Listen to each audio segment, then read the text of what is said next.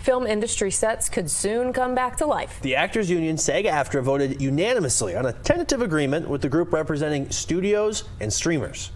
It is a very big deal, and we are very excited about it. The valuation of this deal comes in at a little bit more than $1 billion over the term of the agreement.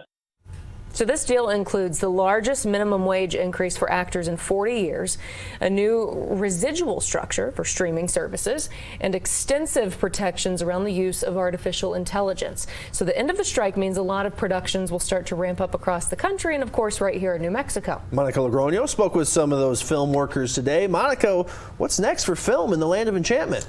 Ryan, Tessa, long story short, actors and studio execs alike are eager to get back to work. During the 6-month writer and actor strikes, everything was paused, so now production processes are ramping back up.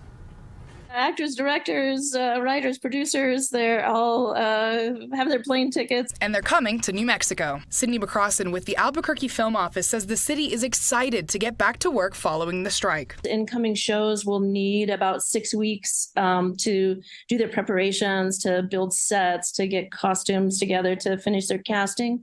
And so it's more probable that second week of January, we'll start seeing more cameras rolling here in Albuquerque. McCrossin says while the city doesn't know exactly how much money was lost during the strike, they can see the impact through other measures. The film office typically would have in a fiscal year 450 to 500 permits.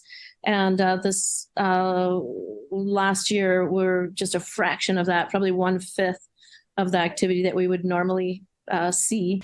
The film office is excited to get back to work, and so are actors. It's been a long 118 days of being on strike, so I get to do what I love, and I get to do what I love in a much more preferable situation. The exact details of the deal aren't known, but the union says it's worth more than $1 billion and includes pay increases, consent protections for the use of AI, and a streaming participation bonus.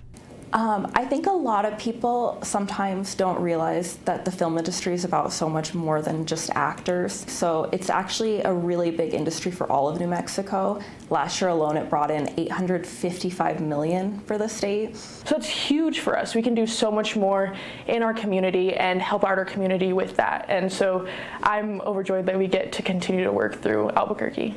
For talent agents like Carissa Mitchell, the end of the strike means she's starting to contact all of the actors she represents. I've heard that there is just massive amounts of projects just waiting for this strike to be over to come to New Mexico to start shooting. So we're bracing for impact right now in a really exciting way. Now, while the strike ended today, not everything is set in stone just yet. SAG-AFTRA's board and its members still have to vote to approve the agreement.